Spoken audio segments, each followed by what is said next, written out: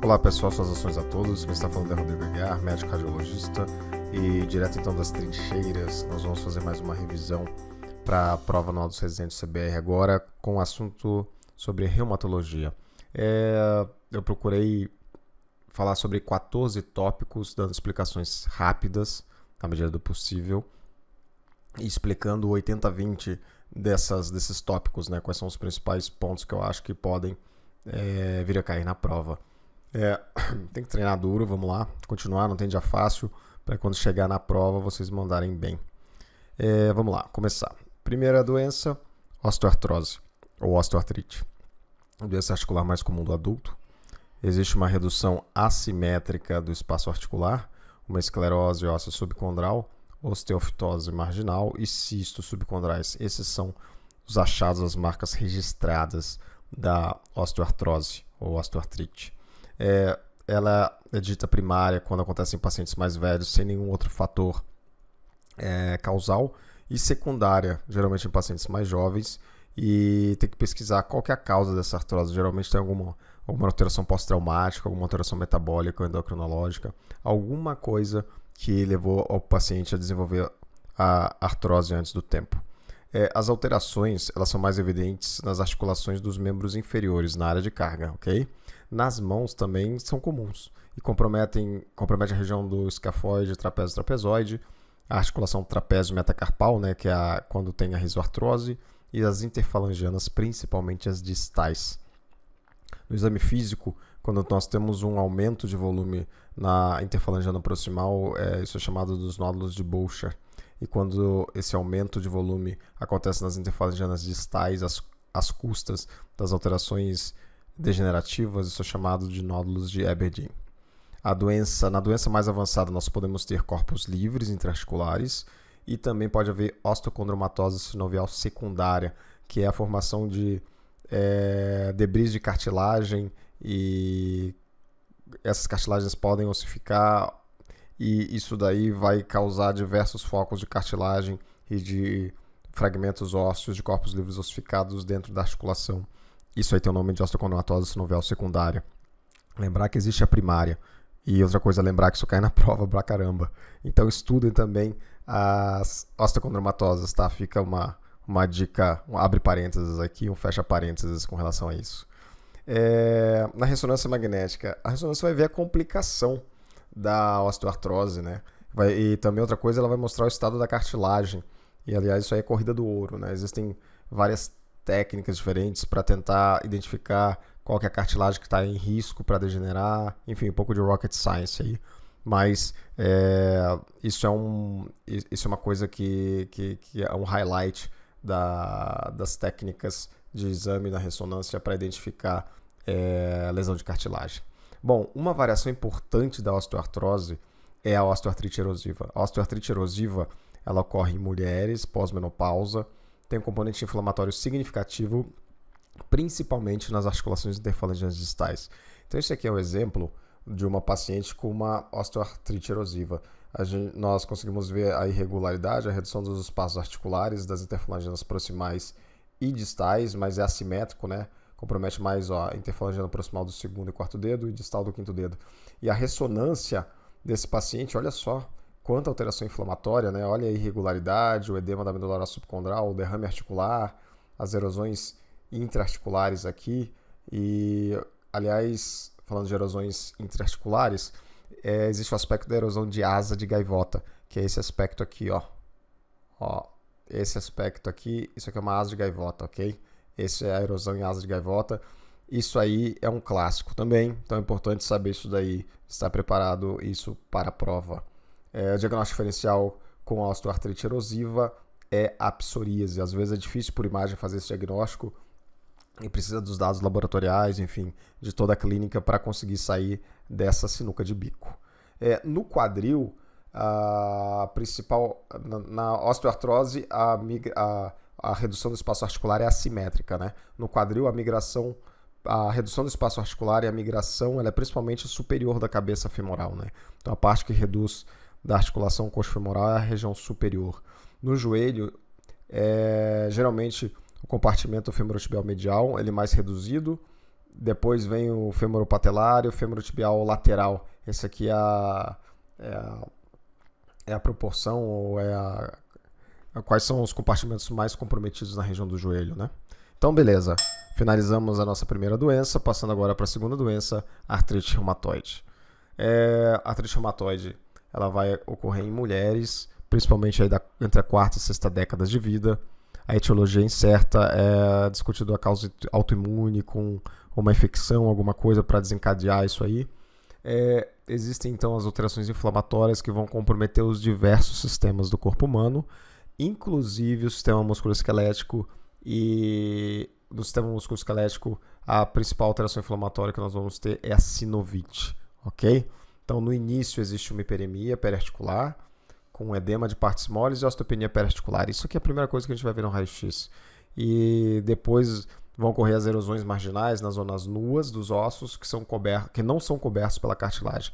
Aqui é um esqueminha só mostrando onde são as zonas nuas, né? Aqui a gente tem a membrana sinovial, aqui nós temos o osso revestido por cartilagem e existe essa área onde a membrana sinovial está encostada no osso, mas não está revestido por cartilagem. E isso daqui é a zona nua e é por isso que as erosões elas começam na região periarticular. Aí aqui só no esquema mostrando o que vai ocorrer, né? Então a sinovite ou o pannus, né? Ele também pode ir para o interior da articulação, comprometer a cartilagem de revestimento articular. Aí pode haver erosões intraarticulares, desalinhamento ósseo, cistos subcondrais grandes e pode haver uma anquilose ou fibrose óssea. Lembrando que as anquiloses ósseas elas são mais comuns na região dos ossos do carpo e do tarso. Bom, continuando então aqui na artrite reumatoide, é uma artropatia bilateral e simétrica. Nas mãos compromete principalmente as articulações do punho. Olhar o processo estiloide, que é o local de grande comprometimento. Além do punho, as metacarpofalangianas e as interfalangianas proximais. Então, nesse paciente, tem comprometimento das metacarpofalangianas e das interfalangianas proximais, né? Então, redução simétrica do espaço articular, erosões ósseas periarticulares, tem na mão direita, também tem aqui na mão esquerda, ok? Nos pés, o local principal de comprometimento da artrite reumatoide é na metatarsofalangiana do quinto dedo. E lembrar então que a redução do espaço articular na artrite reumatoide ela é simétrica, o que difere muito da artrose, que na artrose a redução ela é assimétrica. O raio-x vai mostrar as alterações estruturais. Então aqui são um raio-x de um paciente com artrite reumatoide mostrando, né, o aumento de partes mores periarticular, a osteopenia periarticular, a redução simétrica do espaço articular e as erosões ósseas periarticulares, ok? Esses são os achados clássicos da artrite reumatoide. Mas para o diagnóstico precoce e para monitorar o tratamento, a gente precisa da ressonância e do ultrassom. Se for esperar o raio-x para fazer o diagnóstico ou esperar para monitorar o tratamento, vai passar muito tempo e o paciente ele perde aquela janela ótima onde ele pode ser tratado. Então, diagnóstico precoce, monitorar tratamento, ressonância e ultrassom são os melhores métodos. Esse aqui era um paciente só mostrando ao raio-x, não dava para ver alteração óssea estrutural nenhuma. E na ressonância magnética, o paciente tinha derrame articular com sinovite, tinha tenossinovite, enfim, isso aqui era um caso de uma artrite reumatoide precoce ou em fase inicial, que o raio-x não pegava alteração nenhuma, mas na ressonância nós conseguimos observar diversas alterações. Falando agora de algumas sequelas ou de algumas deformidades da artrite reumatoide, né? Então, com relação às deformidades, nós podemos ter o desvio ulnar dos dedos. Então, esse paciente aqui que já tem artrite reumatoide de longa data, mostrando um pouco de desvio ulnar dos dedos. A ressonância magnética do paciente mostrando toda a alteração inflamatória, né, nas metacarpofalangianas aqui. Outra deformidade que pode acontecer na artrite reumatoide é o pescoço de cisne, o dedo em pescoço de cisne, o dedo em botoeira ou casa de botão, o polegar do carona, o IZ. Então, lembrar de todas essas alterações que elas são vistas na artrite reumatoide. No quadril pode haver protrusão acetabular.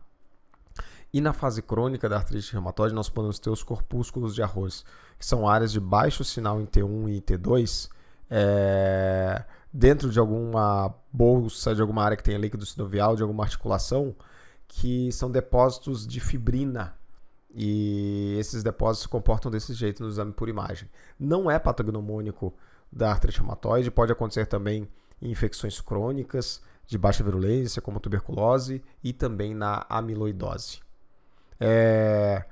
Falando agora um pouco da coluna na artrite reumatoide, o segmento cervical é o principal segmento comprometido, principalmente em mulheres acima de 55 anos de idade, com doença periférica avançada, então com artrite reumatoide avançada periférica, esse é o padrão. A subluxação atlantoaxial também pode acontecer no envolvimento do segmento cervical.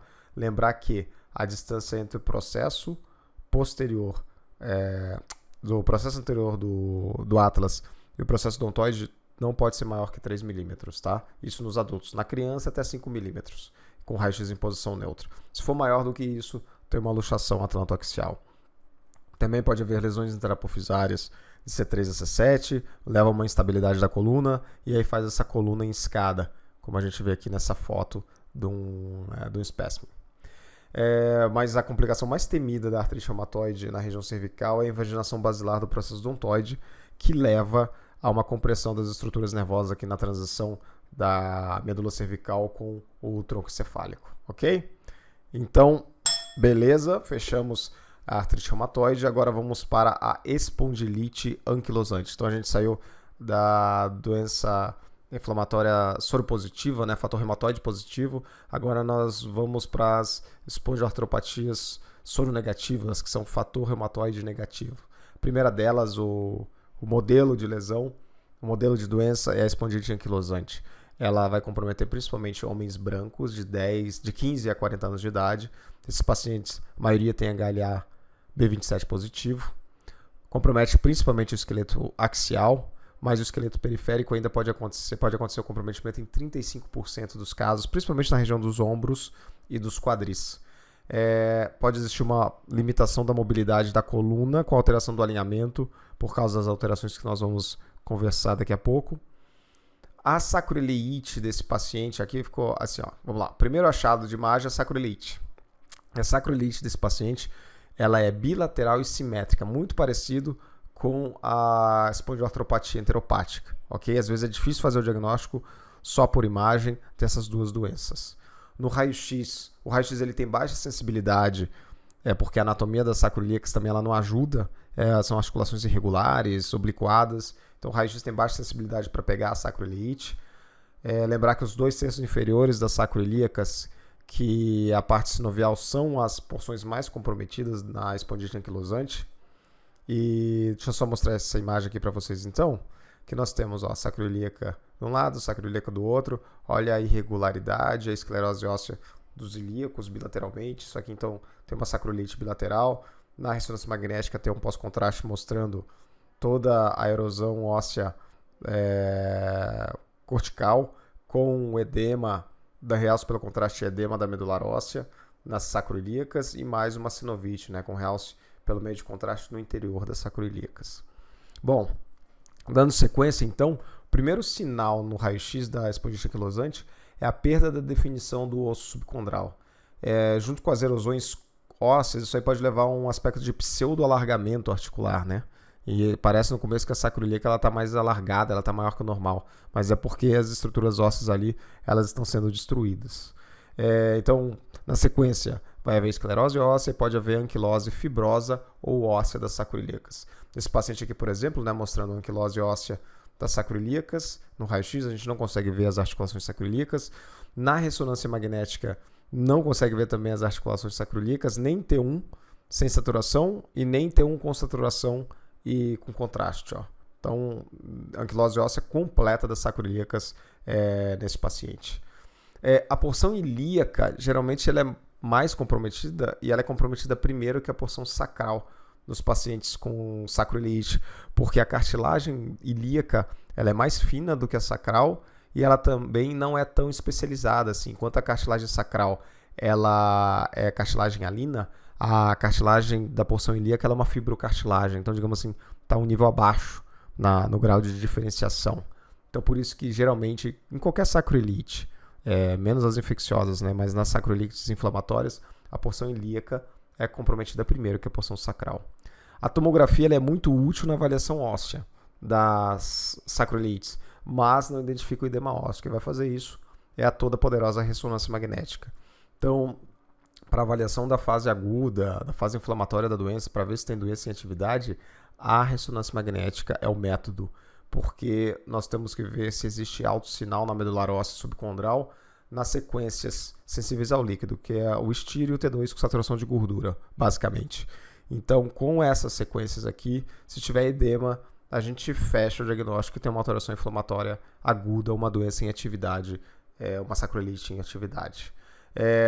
Sinovite e capsulite nós podemos ver, acabei de mostrar um caso para vocês que tinha sinovite, por exemplo, mas elas não são diagnósticas de sacroiliite, tá? Tem que ter o edema da medular óssea para ter o diagnóstico de sacroiliite. As alterações estruturais, quais são? Né? Esclerose óssea, erosões ósseas e anquilose óssea, como a gente vê nesse caso aqui desse paciente.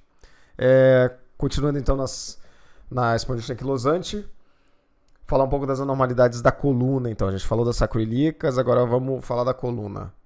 As anormalidades da coluna, geralmente, elas acontecem de uma forma ascendente. Começa na região toracolombar e depois vai subindo para a região torácica, também vai para a região lombar um pouco mais baixo e depois vai para a região cervical.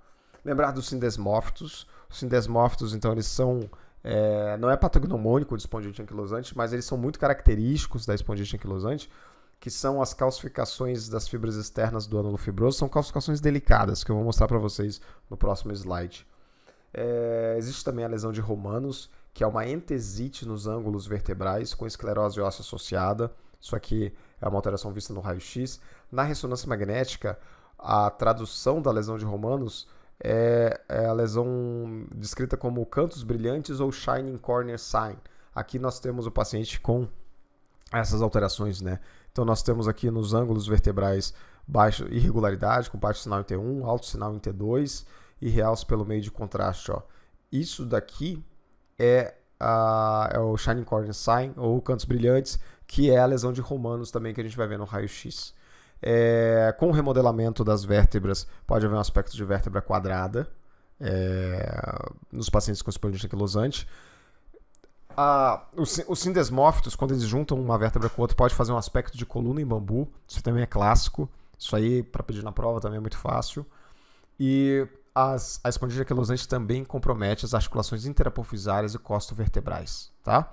As alterações inflamatórias e ossificação dos ligamentos interespinhosos, interespinhoso posterior e supraespinhoso, pode dar o sinal do trilho de trem. Olha quanto sinal, né, tem na espondilite anquilosante. Né? Só aí dá umas 2 questões. Mas, enfim... Vamos ver algumas imagens aqui. Então aqui nós temos o raio-x mostrando a lesão de Romanos, né? Olha só, uma esclerose óssea nos ângulos vertebrais aqui. Repare como isso leva a um remodelamento da vértebra, que ela vai ficando com aspecto quadrado.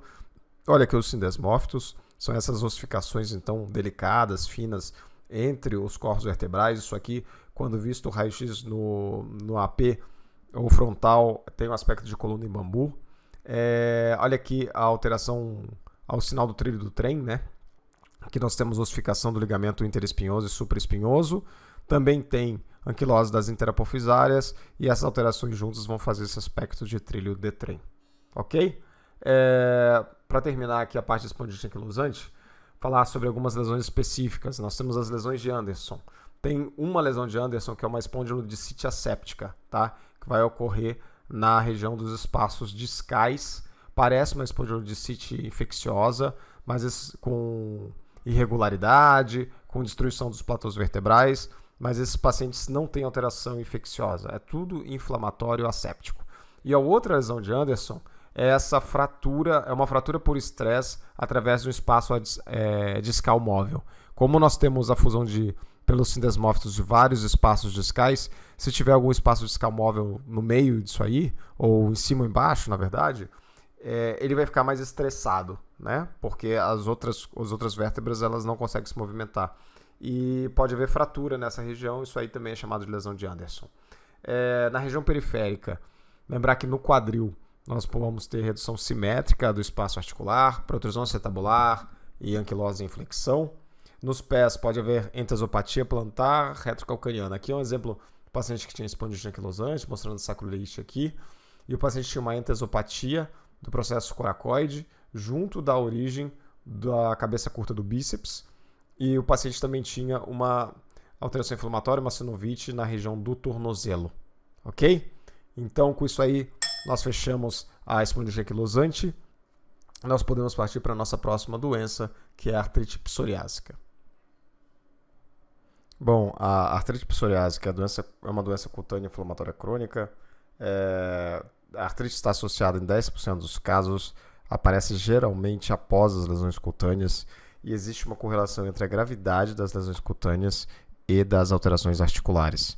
Os pacientes com comprometimento do leito ungueal geralmente são pacientes com comprometimento do sistema musculoesquelético. Homem e mulher são comprometidos na mesma proporção, a idade mais ou menos aí de 30 a 50 anos. Esses pacientes são HLA-B27 positivo em 60% dos casos que tem artrite junto. Os achados são relacionados à entesite e à sinovite, ok? Então, nós podemos ter alterações erosivas periarticulares, as lesões elas são periféricas e são assimétricas e são oligoarticulares, então muito diferente da artrite reumatoide, né? Na artrite reumatoide a lesão é simétrica, tem mais, digamos assim, poliarticular, não escolhe uma articulação ou outra, então isso aí já ajuda a diferenciar da artrite reumatoide. Tem uma tendência à anquilose. As articulações interfalangianas distais das mãos elas são muito comprometidas. É um dos principais sítios aqui, por exemplo, nesse paciente com artrite psoriásica. Olha o comprometimento das interfalangianas distais. Né? Existe um comprometimento bem grande das interfalangianas distais. Esse caso aqui já lembra aquele paciente que tem que fazer o diagnóstico diferencial, inclusive com artrite reumatoide, por causa das lesões nas outras articulações. Né? Na região dos pés, as metatarsofalangianas e as interfalangianas são mais visadas nos pacientes com artrite psoriásica. A dactilite ela pode ocorrer em até 1/3 dos pacientes. Então, esse aqui é um paciente que chama dactilite do segundo dedo, na ressonância magnética no raio-x mostrando o aumento de partes moles e na ressonância magnética mostrando aqui o edema de partes moles do segundo dedo. A artrite ela tende a polpar o ombro e o quadril na psoríase. No raio-x, as erosões ósseas marginais elas podem cursar com uma redução ou com pseudoalargamento dos espaços articulares por conta das alterações destrutivas dos componentes ósseos associados. Pode haver uma reabsorção dos tofos ungueais, ok? Também chamado de acrosteólise. Vou abrir um parênteses aqui agora para vocês para falar da acrosteólise. Não é só a psoríase que pode causar a acrosteólise. A picnidostose, congelamento, lepra, diabetes, esclerodermia, Renault, enfim. Todas as lesões que estão aqui são lesões que podem causar acrosteólise. Não é patognomônico de artrite psoriásica a acrosteólise. Ok? Fecha parênteses, voltando para a aula. Além da reabsorção dos tofos ungueais, nós também podemos ter a periostite, que é a reação periosteal, que deixa o osso com aspecto felpudo em alguns casos nos pacientes com psoríase. No fim da doença pode haver uma anquilose óssea. Outros achados radiográficos da doença, o aspecto de pencil in cup ou lápis na xícara, que eu vou mostrar para vocês daqui a pouco. E lembrar que a periostite mais as erosões ósseas marginais, elas podem levar a uma configuração de orelhas de camundongo nas regiões das erosões ósseas, ok? E a densidade óssea na artrite psoriásica ela é preservada. Quando só compromete as interfalangianas distais das mãos, pode ser difícil o diagnóstico diferencial com osteoartrite erosiva. Olha aquele aspecto de asa e gaivota da osteoartrite erosiva, também é visto aqui nesse paciente com artrite psoriásica, nesse caso aqui na interfalangiana proximal, não é na interfalangiana distal. Mas esse aspecto é muito parecido com o aspecto da osteoartrite erosiva, ok? Então, aqui mostrando algumas alterações, né? A entesopatia irregular causada pela psoríase, tanto na região retrocalcaniana quanto na região plantar. Esse aspecto também é muito semelhante à artrite reativa ou síndrome de Reiter, que a gente vai conversar mais para frente. Esse aqui é o aspecto pencil cup, que eu estava falando para vocês, que acontece esse afilamento de uma estrutura óssea que fica em contato com outra estrutura óssea com base larga. E esse aqui é o aspecto de orelha de camundongo, né? Você tem aqui a erosão óssea periarticular, mas você tem uma alteração óssea hipertrófica, que é característico das espongiortopatias soronegativas, e isso aqui gera um aspecto de orelha de camundongo, tá? Falando das alterações da coluna na artrite psoriásica. Comprometimento da coluna vertebral ocorre geralmente junto com a artrite periférica, raramente na ausência de sacroiliite. Então, quando você tem comprometimento da coluna, quase sempre você tem sacroiliite junto. Nesse caso aqui, ó, são dois pacientes diferentes, mas nesse aqui tinha uma sacroiliite assimétrica, mais evidente na esquerda, com esclerose óssea e irregularidade aqui, nessa região. E esse outro paciente tinha uma sacroiliite assimétrica, mais evidente à direita, com edema da medular óssea na sacroiliaca direita. Pode haver ossificações paravertebrais assimétricas, então aqui no raio-x mostrando essas ossificações paravertebrais. Isso aqui também é chamado de parasindesmófitos, também tem o nome de entesófitos gigantes, enfim. Tem um aspecto descontínuo essas ossificações e pode pular de um nível para o outro, de um lado para o outro, e difere muito do aspecto do sindesmófito que a gente vê na espondilite anquilosante. O comprometimento da coluna vertebral é mais comum em homens. A sacroiliite geralmente nesses pacientes é bilateral e assimétrica, também muito parecido com a artrite reativa ou síndrome de Reiter, né? As articulações interapofisárias até que são relativamente poupadas nos pacientes com artrite psoriásica. Ok? Fechando a artrite psoriásica, indo agora para a próxima doença, que é a artrite reativa ou a síndrome de Reiter. A tríade, né? Artrite, conjuntivite e uretrite gonocóxica.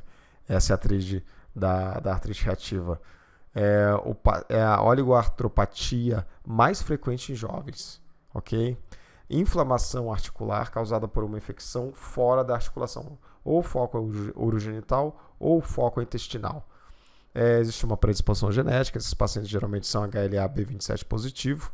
Homens são comprometidos em 90% dos casos quando o foco ele é urogenital, mas quando o foco é intestinal, o comprometimento de homem e mulher é semelhante.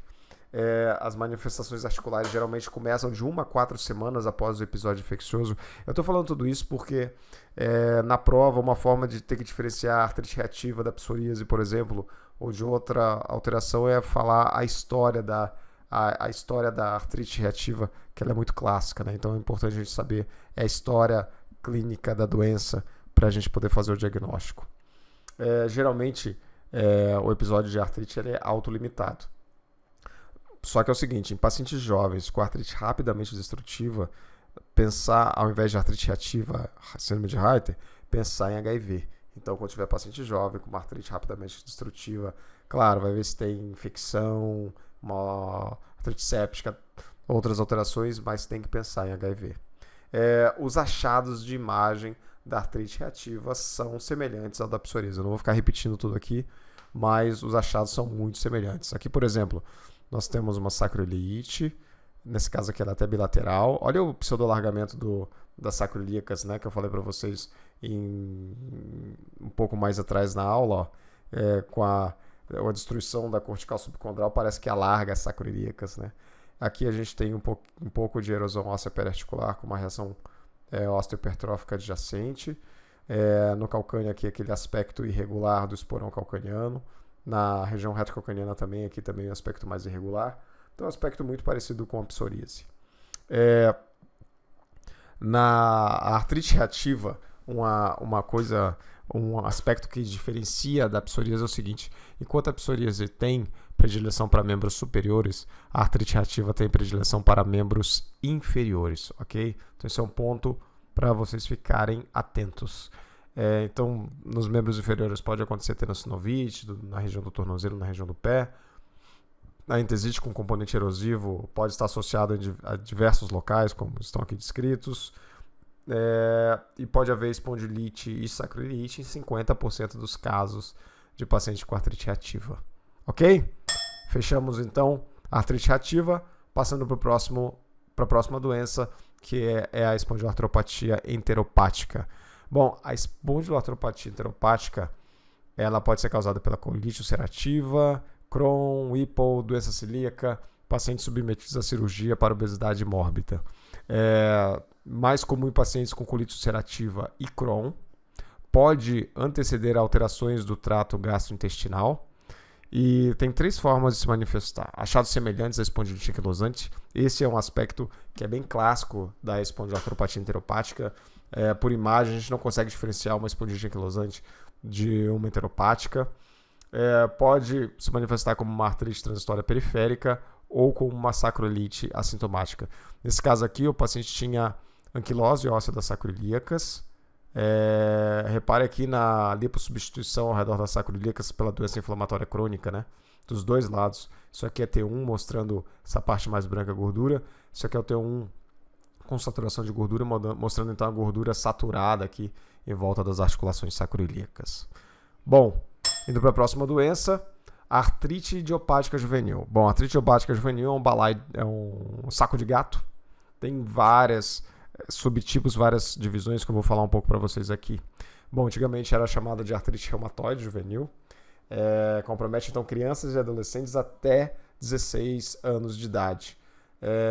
De uma forma geral, assim, parece uma artrite periférica semelhante à artrite reumatoide, mas é um jeito muito simplista de encarar a artrite idiopática juvenil. Ela é classificada em 5 subtipos.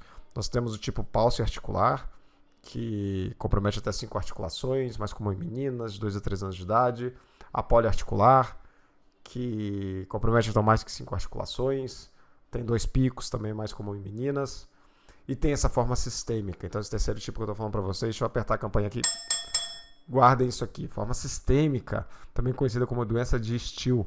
Ela é menos frequente que as outras, mas ela tem sintomas sistêmicos, né?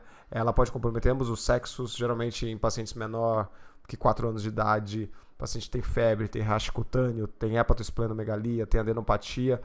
E a artrite, nesses casos, é só uma alteração menos frequente e secundária que vai acontecer nesses pacientes.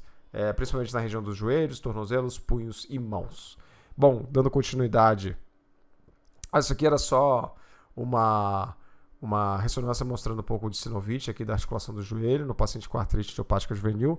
E aqui, aquela linha de parada de crescimento de doença crônica se formando aqui, né, junto da região metafisária distal do fêmur e proximal da tíbia. Dando continuidade, então, faltando ainda 2 formas para a gente completar a artrite idiopática juvenil. Uma delas são as formas associadas à entesite, parecido com as espondiloartropatias soronegativas. Elas vão ocorrer principalmente em meninos e o paciente vai ter achados semelhantes às artropatias soronegativas. E o último tipo, a artrite psoriásica juvenil. O paciente tem achados sugestivos de psoríase, mas tem com uma idade abaixo de 16 anos.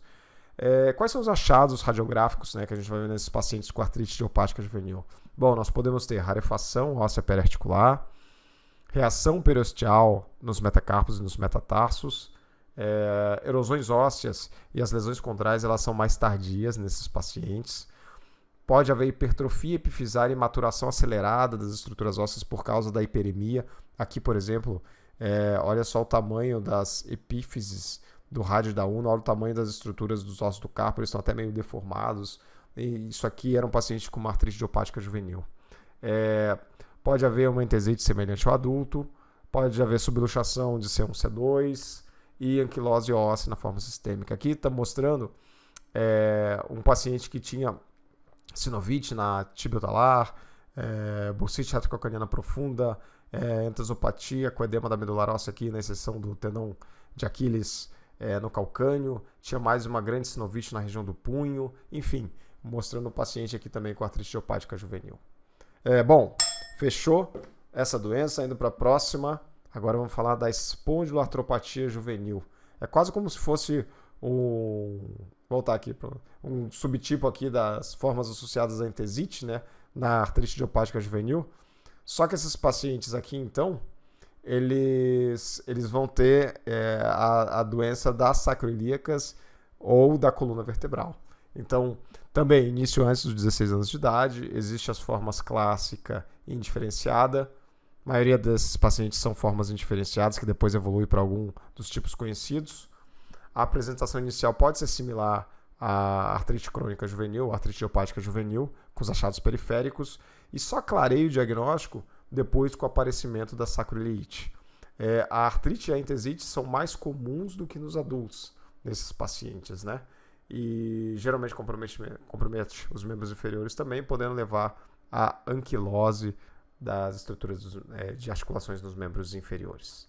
Ok? As alterações vertebrais não são habitualmente encontradas, então é mais de sacroiliaca mesmo e nem tanto no restante da coluna vertebral. Ok? Fechamos mais essa, vamos para a nossa nona doença, gota. Então, são depósitos de cristais de urato monossódico que vão se acumular nos tecidos do corpo, nas regiões periarticulares. Secundária hiperuricemia, é uma alteração do metabolismo das purinas, né? Acontece principalmente, ocorre em homens de 30 a 60 anos de idade com uma incidência de 20:1 nessa faixa etária, mas após a menopausa, com a perda do efeito protetor hormonal do estrogênio, a proporção homem-mulher ela se equipara. Começa como uma artrite aguda, diagnóstico diferencial, inclusive nessa fase é como uma infecção. Se ela for recorrente, vai virar crônica, vai virar uma forma crônica, com erosões ósseas periarticulares, com tofos gotosos, que a gente vai conversar mais para frente. A articulação metatarsofalangiana do hálux ela é o local mais comprometido, 50% dos casos, que é chamado, a alteração nessa articulação é chamada então da podagra, né? Principalmente na forma aguda, eu acho que tem esse nome, né? Os achados radiográficos da fase aguda, então, edema de partes moles periarticulares. Esse é o principal achado radiográfico e às vezes vai confundir com infecção. Bom, na fase crônica, então, nós vamos ter a formação dos tofos gotosos, que são massas de partes moles intra- ou periarticulares. Elas são, aqui na ressonância, lobuladas, elas são radiodensas. Olha como a densidade da massa é maior do que o restante de partes moles. Tem algumas calcificações de permeio também. A redução do espaço articular na gota ela é tardia, mesmo com a deposição de microcristais na cartilagem, né? Esses pacientes geralmente eles têm ausência de osteófitos e a densidade óssea também é boa até uma fase tardia. Diferente, então, da ausência de osteófitos diferencia um pouco da artrose. E densidade óssea normal diferencia também da artrite reumatoide. As erosões ósseas da gota elas são bem definidas, com margens hipertróficas que passam da margem da cortical do osso, também chamado de overhanging edge. E essas erosões elas têm um eixo paralelo ao osso. Então, olha só, uma erosão óssea aqui, outra erosão óssea aqui, outra erosão aqui, a outra aqui. Repare que o eixo da erosão é paralelo ao eixo do osso. Repare que tem algumas áreas que existe uma alteração hipertrófica do osso do lado da erosão aqui. Isso aqui é o overhanging edge. Deu uma travada aqui, né, pessoal? Isso aqui é um overhanging edge. Também pode haver deposição intraóssea e na ressonância os tofos têm sinal variável, mas tem baixo sinal no T2 gradiente ou no T2 estrela. Isso pode ajudar no diagnóstico diferencial. Na tomografia os tofos têm densidade de mais ou menos 160 a 170 unidades Hounsfield. Isso ajuda a diferenciar de outras calcificações. E a tomografia por dupla energia ela possui uma maior especificidade e sensibilidade para separar os cristais de urato monossódico dos demais. Então, ajudando a fazer o diagnóstico de pacientes com tofos gotosos. Acabamos a gota, agora vamos para a próxima doença. Doença é deposição de cristais de hidroxiapatita. Então, lembrar que essas deposições de cristais de hidroxiapatita podem ter duas formas, né? Uma que é a tendinopatia calcária, que é essa aqui que a gente está vendo aqui no RX, uma calcificação na região do tendão do supraespinhal, por exemplo, a ressonância mostrando baixo sinal em T2 com saturação, mostrando baixo sinal em T1. Essa aqui é a área de calcificação do tendão do supraespinhal. Isso aqui é a tendinopatia calcária. E uma outra alteração que a deposição de cristais de hidroxiapatita pode fazer é a artropatia inflamatória destrutiva, que é o ombro de Milwaukee, que é o Milwaukee Shoulder, né? Que a gente vai conversar um pouco mais para frente sobre isso. Bom, com relação à tendinopatia calcária, primeiro, ela compromete pacientes de quarta a sexta década de ambos os sexos, preferência pelos tendões do ombro, principalmente do supraespinhal. A calcificação pode apresentar diversas morfologias, predominando esse aspecto aqui em forma de nuvem ou algodão. Pode haver reabsorção da calcificação, ou a calcificação ela pode migrar para o osso, ou ela pode migrar para a superfície bursal, para a bursa subacromial subdeltoideia, ou ela pode migrar para dentro do ventre muscular e causar muita alteração inflamatória em qualquer um desses lugares, né? Então isso aqui é uma coisa importante. essas calcificações elas podem cursar com muita alteração inflamatória na ressonância e no ultrassom na fase aguda da doença. Isso aí pode ajudar a gente no diagnóstico. Outros locais clássicos, né, onde a gente vai ter deposição de cristais de hidroxiapatita no tendão flexor ulnar do carpo, junto da inserção do pisiforme, na inserção dos glúteos, né, todos, glúteo mínimo, glúteo médio, glúteo máximo lá na linha áspera, são locais clássicos de deposição de hidroxiapatita, na inserção do tendão de Aquiles e no músculo longus colli da coluna cervical. Então, o ombro de Milwaukee, né? No ombro de Milwaukee nós vamos ver alterações inflamatórias e degenerativas, com migração superior da cabeça humeral e ruptura, né? Inferindo uma ruptura dos tendões do manguito rotador. Existe uma linha que fala que acontece as alterações inflamatórias para ocasionar uma ruptura dos tendões do manguito e ocasionar a migração superior da cabeça humeral. Tem outra linha que fala que você tem as lesões do manguito e depois que vão originar as alterações degenerativas inflamatórias. Então fica lá no dilema do Tostines, né? Tostines é fresquinho porque vende mais ou vende mais porque é fresquinho, né? Ou também o dilema do ovo e a galinha, né? Quem nasceu primeiro. Então o ombro de Milwaukee tem sempre essa dúvida. O que vem primeiro, né? Porque tem o ombro de Milwaukee, que seria pela deposição dos cristais de hidroxiapatita, e tem o ombro o ombro com alterações degenerativas inflamatórias secundárias à rotura maciça e crônica dos tendões que compõem o manguito rotador, ok? Então seriam duas fisiopatologias diferentes. Bom, terminamos hidroxiapatita, indo para a próxima doença, que é a deposição de pirofosfato de cálcio, também conhecido como CPPD ou pseudogota, ok? Então vamos lá. Então, ele se caracteriza por deposição de cristais de pirofosfato de cálcio. Essa deposição pode ocorrer na cartilagem articular, em fibrocartilagens, em tendões, cápsula articular, ligamento, sinóvia, líquido sinovial, enfim. E no que você pode imaginar na região articular e periarticular, pode ter uma deposição desses cristais. Condrocalcinose. Condrocalcinose é o nome dado por deposição desses cristais na cartilagem articular e na fibrocartilagem. A condrocalcinose ela não é patognomônica da pseudogota ou da doença por deposição de cristais de pirofosfato de cálcio. Existem outras causas de condrocalcinose, tá? Incluindo hiperparo primário, hemocromatose, hipofosfatemia, hemosiderose, doença de Wilson, hipotiroidismo, ocronose e amiloidose. Isso é importante, de vez em quando também a gente vê isso aqui ainda em prova.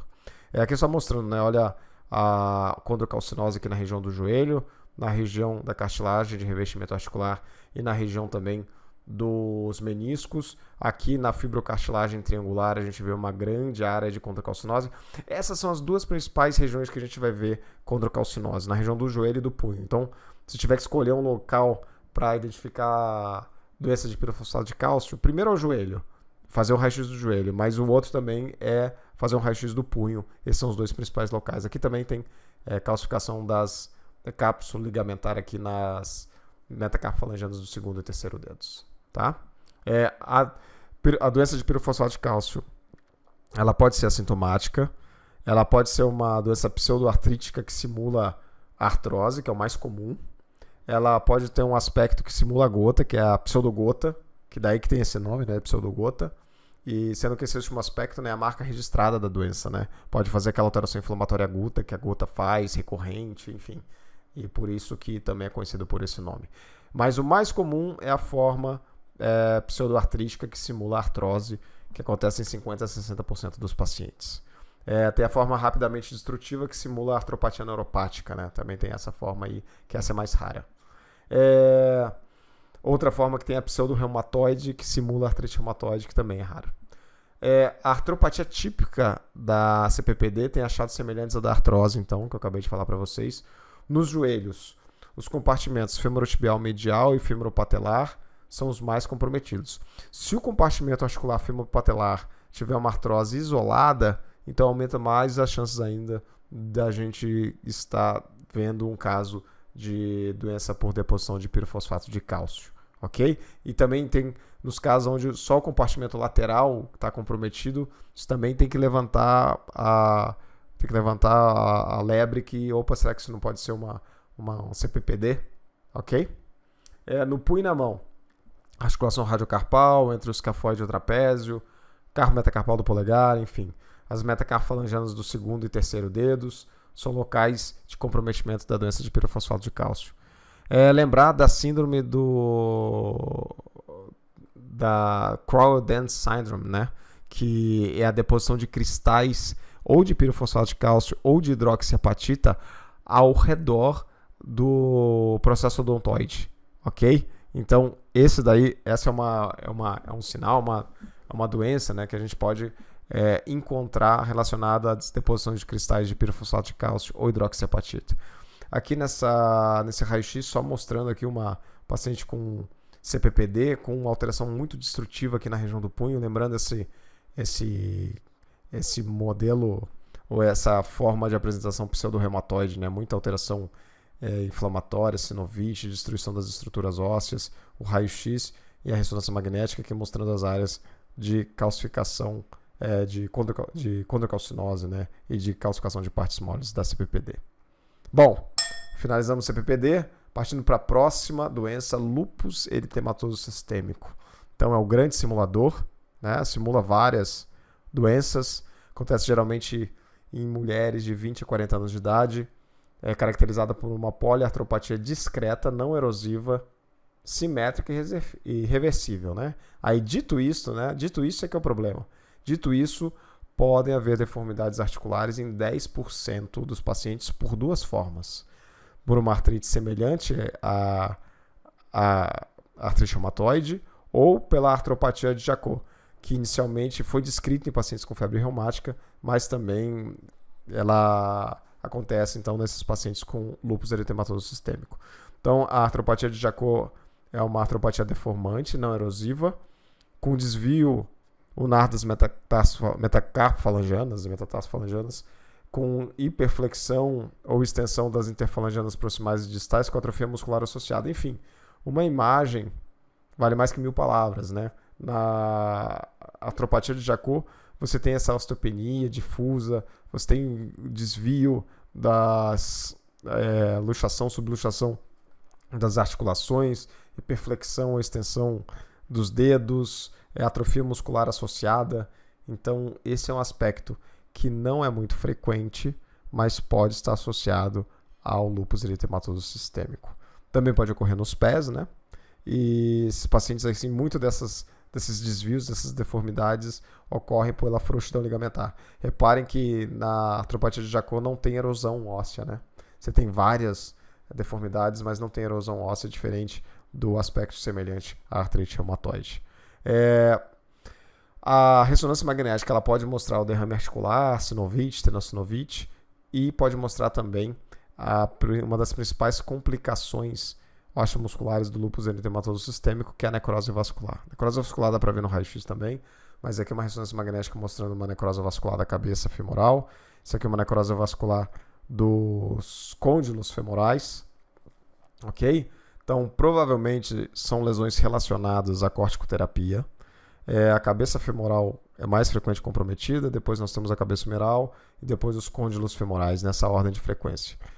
Geralmente, nós podemos ter, então, focos de necrose vascular em diversos locais. Então, quando estiver vendo uma cabeça femoral de um lado, vê se o teu exame pegou a cabeça femoral do outro, se for uma ressonância, se for um raio-x, olha com carinho, porque às vezes vocês vão encontrar outras áreas de infarto ósseo ou necrose vascular, né?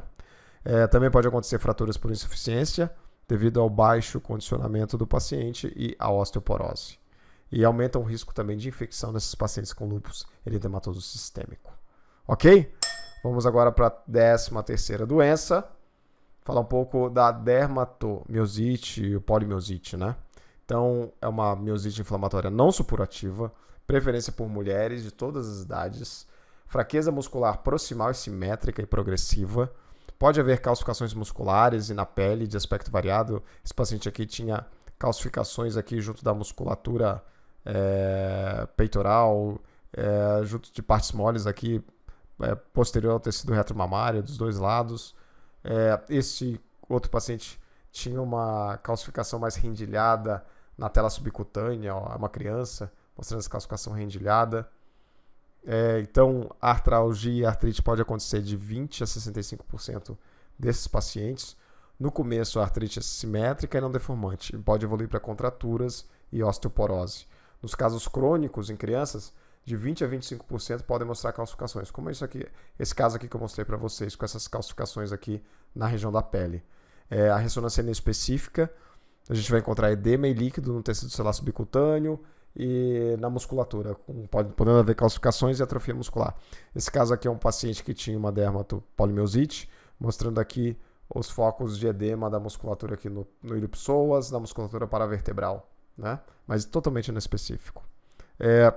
Indo agora para a nossa última doença, falar sobre a esclerose sistêmica progressiva, né? Manifestações cutâneas também recebem o nome de esclerodermia. Acontece em mulheres de 40 a 60 anos de idade. 95% desses pacientes apresentam manifestações osteoarticulares no curso da doença. Existem 3 padrões dessas manifestações osteomusculares.